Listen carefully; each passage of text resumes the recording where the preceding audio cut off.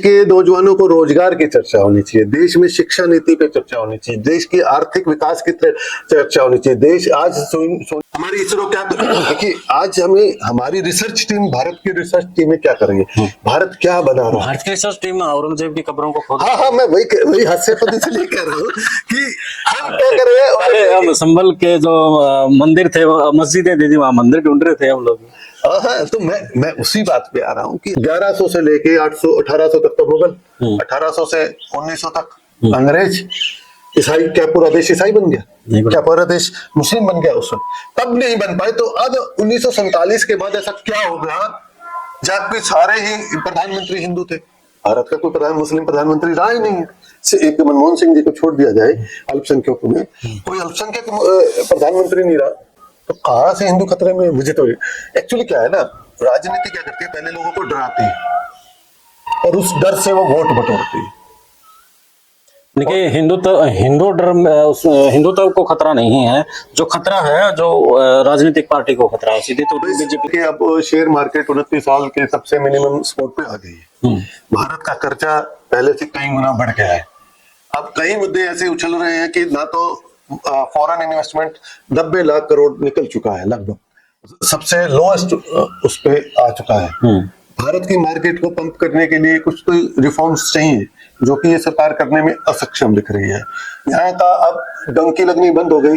यहाँ से अब ये देखो कि 5 लाख लोगों के वीजे रिजेक्ट हुए 647 से पहले, तो सब कुछ टूटेगा, पार्लियामेंट भी टूटेगा भैया, सुप्रीम कोर्ट भी टूटेगा, लाल किला अंग्रेजों ने बनाया था, इंडिया गेट भी टूटेगा, सब कुछ तोड़ दो। फिर आप खुदाई में ही लगे रहो भाई। कहा नहीं, क्या क्या रेलवे लाइनें किसने बनाई थी? अंग्रेजों ने बसाई थी, वो भी तोड़ दो। ये शेरशाह सूरी मार्ग, जीटी रोड जिसे कहते हैं, NH-44, ये किसने बनाया था? शेरशाह सूरी ने, कलकत्ता से लेके लाहौर तक, इसको भी तोड़ दो। अरे तुम बात क्या कर रहे हो? ये तोड़ दो, वो तोड़ दो भाई, जो तोड़ दो। पहले चल रहा था बेच दो, अब चल रहा है तोड़ दो। हाँ, कंपनियां भारत में काम था, सिलिकॉन वैली, हैदराबाद, बेंगलोर। अब वहां इतनी महंगाई के बाद वहां पर ऑफिस चलाने का खर्चा, उसका जो कॉस्ट होती है, रनिंग कॉस्ट इतनी महंगी हो गई है हिंदुस्तान में। अमेरिका में महंगी थी तभी यहाँ आई थी आउटसोर्स कर, कि उनको कोई प्रॉफिट नहीं हो रहा। इस चक्कर में वो नाइजीरिया और फिलीपींस में जा रही है वो कंपनियां। अब वो अगर वहां सेटल्ड होगी तो भारत के नौजवानों का क्या होगा? इतने इंजीनियरिंग कॉलेज खुले थे, उनका क्या होगा? यानी कि बेरोजगारी और दिन प्रतिदिन बढ़ेगी। हाँ, तो बेरोजगारी डिपेंड। आज डेटा है, हिंदुस्तान लीवर का प्रॉफिट 25% खपत कम होगी। अच्छा, कह रहे कि भारत में खरीदने वाले ही 20-25 करोड़ लोग हैं, 40 करोड़ है मैक्सिमम। बाकी तो गरीबी 80% तो गरीबी। 5 किलो अनाज पे अब देखिए, भारत में तो मल्टीपल टैक्स सिस्टम है। आप इनकम टैक्स भी दोगे, GST भी दोगे, सर्विस टैक्स भी दोगे, आप और भी टैक्स, रोड टैक्स भी दोगे, टोल टैक्स भी दोगे, पता नहीं क्या क्या टैक्स है। जबकि एक टैक्स बहुत है जो GST है, तो इनकम टैक्स की मेरे ख्याल में ज्यादा जरूरत नहीं है। आपने 3 लाख 7 लाख तक करके एक अच्छा कदम उठाया था, लेकिन उसके कुछ और वजह से बाकी चीजें नहीं दी गई। आपको टैक्स में रिलैक्सेशन भी देना पड़ेगा, और जनता को की खरीद शक्ति कैसे बढ़े, उस पर जब तक आप काम नहीं करोगे तो आपका बाजार खत्म हो जाएगा।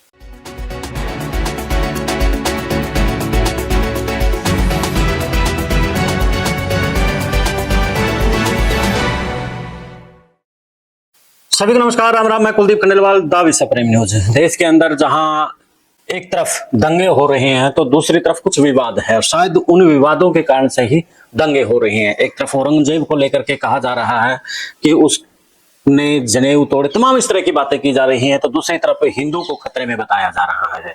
तो क्या औरंगजेब को लेकर के जो बात चल रही है वो एक पॉलिटिकल ड्रामा है, और दूसरी तरफ जो हिंदुत्व का खतरे की बात कही जा रही है, तो क्या हिंदुत्व का जो खतरा है वो सिर्फ एक पार्टी को है, या फिर क्या कुछ खेल है? आज हमारे साथ धीरज गाबा जी हैं, उनसे इसी विषय पर बात करेंगे कि हिंदुत्व के खतरे के औरंगजेब को लेकर के। तो धीरज, स्वागत है आपका। धन्यवाद।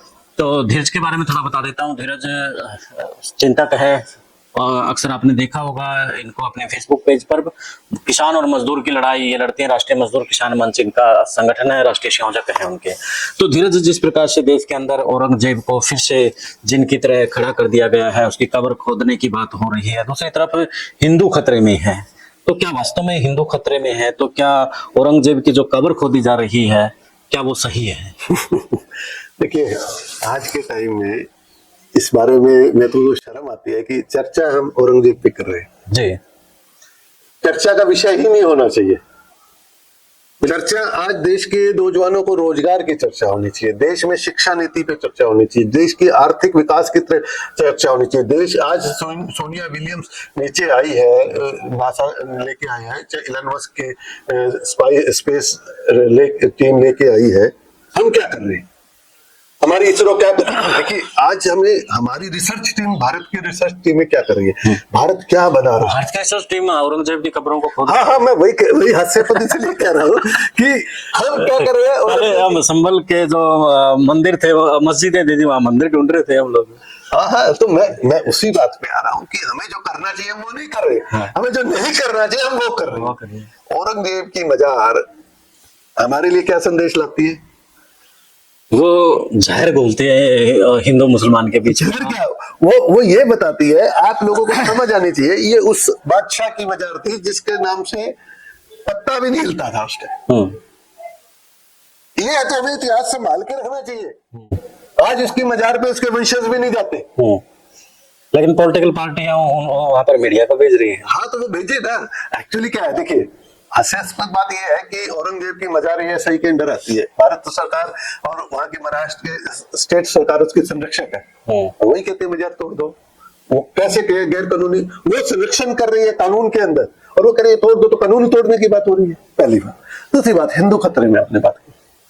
मुझे एक बात बताइए, 1100 से लेके 1800 तक, मतलब मुगलों को तो कहा जाता है मुगल कोई ना तो मुसलमान थे, ना हिंदू थे, ना पाके बाहर के थे, वो तो भारत के हिस्सा थे, अफगानिस्तान से तो आए थे। लेकिन बताया तो मुसलमान रह जाता है। चलो वो प्रैक्टिकल बात है ना। अकबर ने दीन इलाही अपना ही अलग धर्म चला लिया था, वो मुसलमान कहां से हो गया? तो 1100 में गौरी सल्तनत थी, सुल्तानों का राज था भारत में।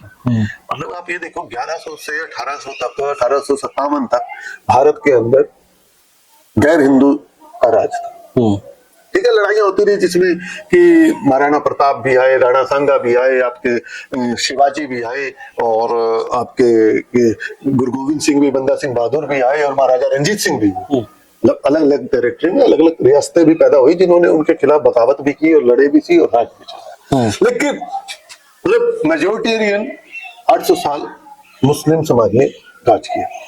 उस राज के अंदर गुरु नानक भी थे, गुरु गोविंद भी थे, तेग बहादुर भी हुए, शिवाजी भी हुए, है ना। और उसके बाद आप क्या नाम है कि तुलसीदास भी हुए, रसखान भी हुए, रहमान भी हुए, है ना, कबीर दास भी हुए, सूरदास भी हुए। तमाम हिंदू धर्मावलंबी भी हुए और मुस्लिम धर्मावलंबी भी हुए। इस दौर के अंदर क्या हिंदू खत्म हो गया था? हिंदू साहूकार खत्म हो गए थे? यानी कि मुगलों के शासनकाल की जिसकी बात करते हैं कि उस समय में बिल्कुल मुसलमान प्योर थे, अगर उन्हीं की भाषा में बात करते हैं तब हिंदू खतरे में नहीं आया, और जो ईसाई अंग्रेजों का टाइम था तब खतरे में नहीं आया, लेकिन अब खतरे में है। हाँ, वही बात मैं कह रहा हूँ कि जब हम 1100 से लेके 1800 तक तो मुगल, 1800 से 1900 तक अंग्रेज, ईसाई, क्या पूरा देश ईसाई बन गया? क्या पूरा देश मुस्लिम बन गया? उस वक्त तब नहीं बन पाए। तो अब 1947 के बाद ऐसा क्या हो गया जबकि सारे ही प्रधानमंत्री हिंदू थे? भारत का कोई मुस्लिम प्रधानमंत्री रहा ही नहीं। एक मनमोहन सिंह जी को छोड़ दिया जाए, अल्पसंख्यकों में कोई अल्पसंख्यक प्रधानमंत्री नहीं रहा। तो कहां से हिंदू खतरे में? मुझे तो एक्चुअली क्या है ना, राजनीति क्या करती है, पहले लोगों को डराती है और उस डर से वो वोट बटोरती है। देखिए, हिंदुत्व को खतरा नहीं है, जो खतरा है जो राजनीतिक पार्टी को खतरा है, सीधे तो बीजेपी को खतरा है। हाँ, वो सत्ता लेने का तरीका है। वो सत्ता लेने का एक तरीका है कि किसी बहुसंख्यक को डरा दो, उसका डर एक दुश्मन पैदा कर दो, अब वो सारे आपकी तरफ हो जाएंगे। और दूसरी तरफ जिन मुद्दों की तरफ बात होनी चाहिए, चाइना है, अमेरिका है, अब जो वक्त के अनुसार की टेक्नोलॉजी है वो पैदा कर रहे हैं, संसाधन पैदा कर रहे हैं, लेकिन यहाँ पर संसाधनों को ना पैदा करके इस तरह की बातों में उलझा करके लोग सोचे ना। बिल्कुल सही बात है। देखिए, अब शेयर मार्केट 29 साल के सबसे मिनिमम स्पोर्ट पे आ गई है। भारत का कर्जा पहले से कई गुना बढ़ गया है।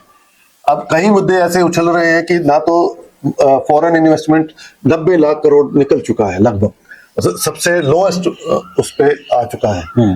भारत की मार्केट को पंप करने के लिए कुछ तो रिफॉर्म्स चाहिए, जो कि ये सरकार करने में असक्षम दिख रही है।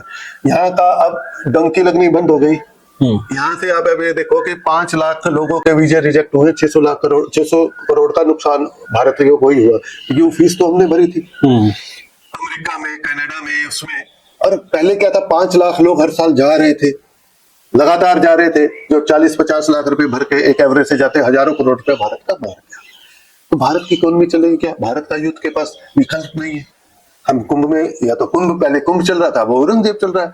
सरकार को रास्ता भटकाना तो है ना।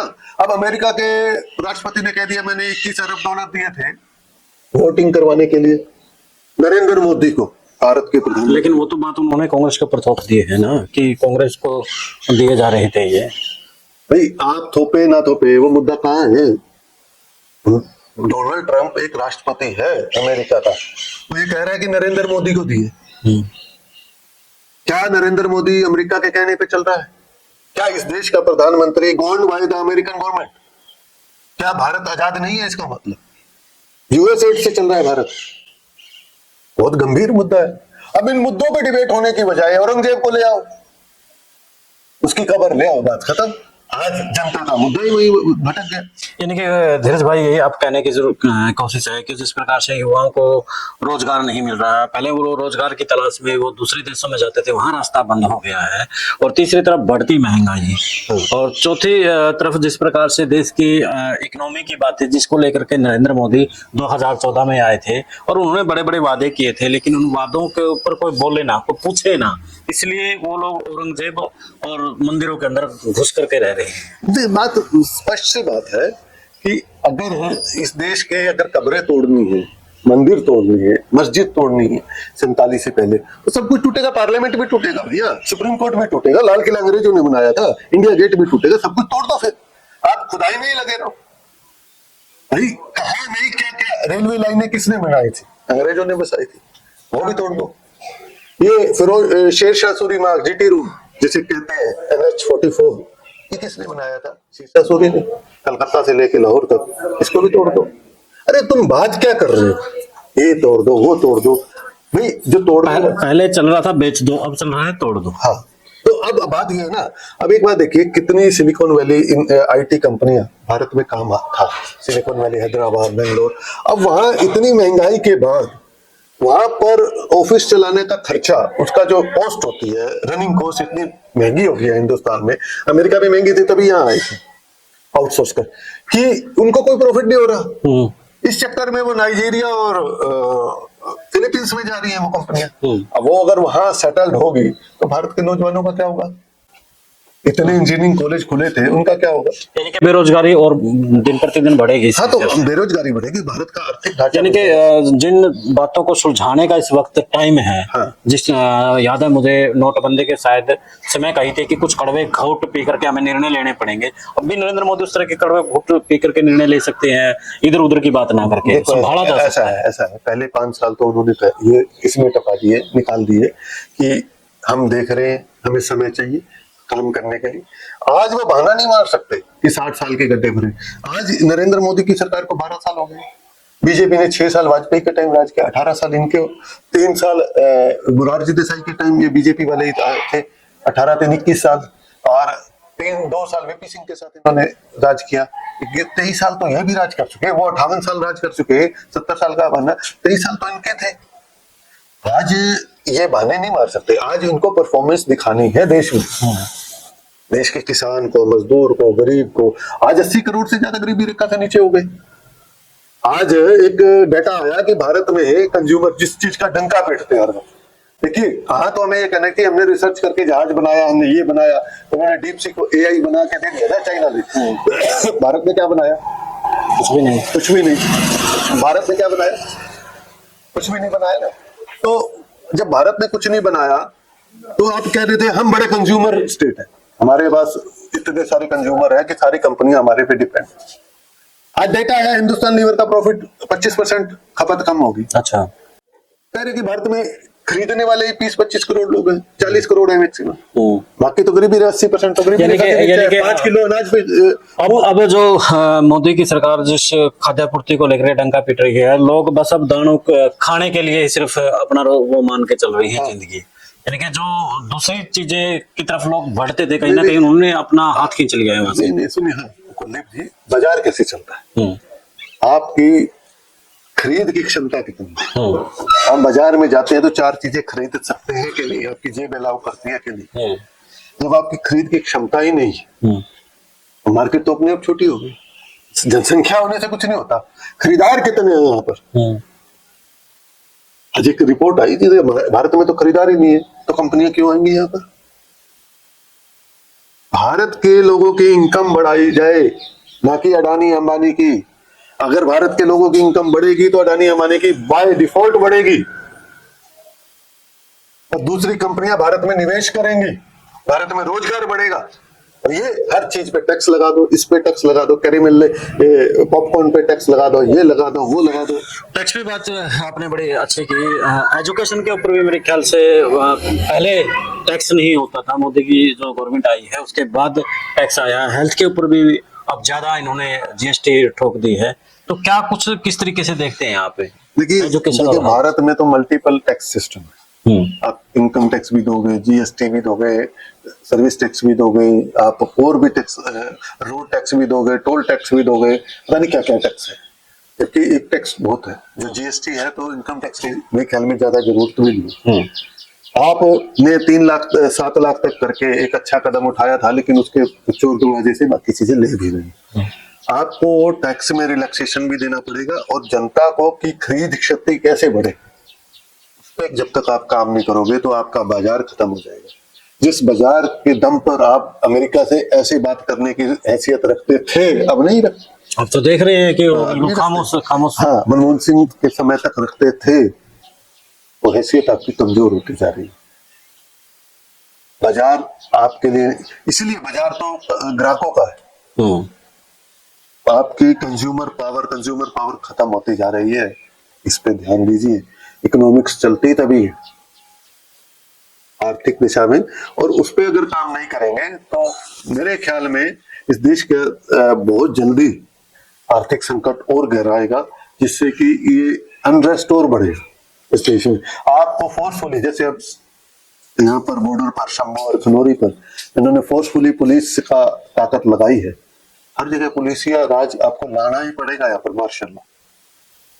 नहीं तो यहाँ इस देश में लॉ एंड ऑर्डर बहुत बड़ी समस्या पैदा होने वाली है आने वाले समय में। गृह युद्ध की तरफ देश के जाने की संभावना। गृह युद्ध कह सकते नहीं कह सकते, लेकिन लॉ एंड ऑर्डर तो बटोवियस है। जब खाने को दाने नहीं होंगे, आप अफ्रीकन कंट्रीज में, कीनिया, इनमें क्या हो रहा है, लॉ एंड ऑर्डर ही नहीं है। तो इसलिए दिक्कतें आ रही है। तो यार जब रहने की जगह नहीं होगी तो यहाँ निवेश क्यों आए। आपकी कंज्यूमिंग पावर ही नहीं है, गरीब होता जा रहा है, अमीर 2-4 अमीर हैं वो अमीर होते जा रहे हैं, प्रॉपर्टी किसी के हाथ में नहीं आ रही है। तो आपको इस पे सोचना पड़ेगा, आर्थिक क्षमता को बढ़ाना पड़ेगा, और घमंड से नहीं, गरूर से नहीं कि हमें जनता ने वोट दिया इसलिए। आपको जनता के प्रति जवाबदेह होकर नम्रता से काम करना पड़ेगा, तब तो देश संभल पाएगा। नहीं, देश जो ये कहते थे सुरक्षित हाथों में, आज देश सुरक्षित हाथों में है भी नहीं। हम अपना कुछ भी नहीं बना पा रहे हैं।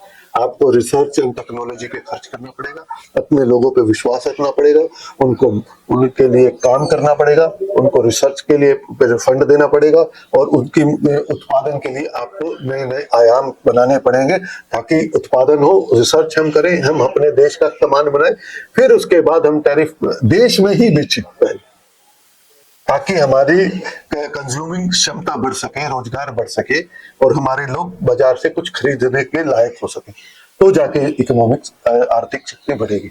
वरना लाखों करोड़पति तो देश छोड़ भी चुके, और भी छोड़ेंगे।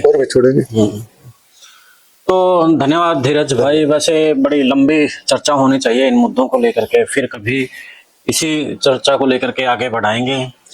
फिलहाल आप क्या कहते हैं इस वीडियो के ऊपर, कमेंट करके जरूर बताइएगा। देश और प्रदेश की खबरों के लिए देखते रहिए विश्व प्रेम न्यूज। दे इजाजत, फिर मिलते हैं एक नए मुद्दे के नए विश्लेषण के साथ में। जय हिंद, जय भारत। धन्यवाद।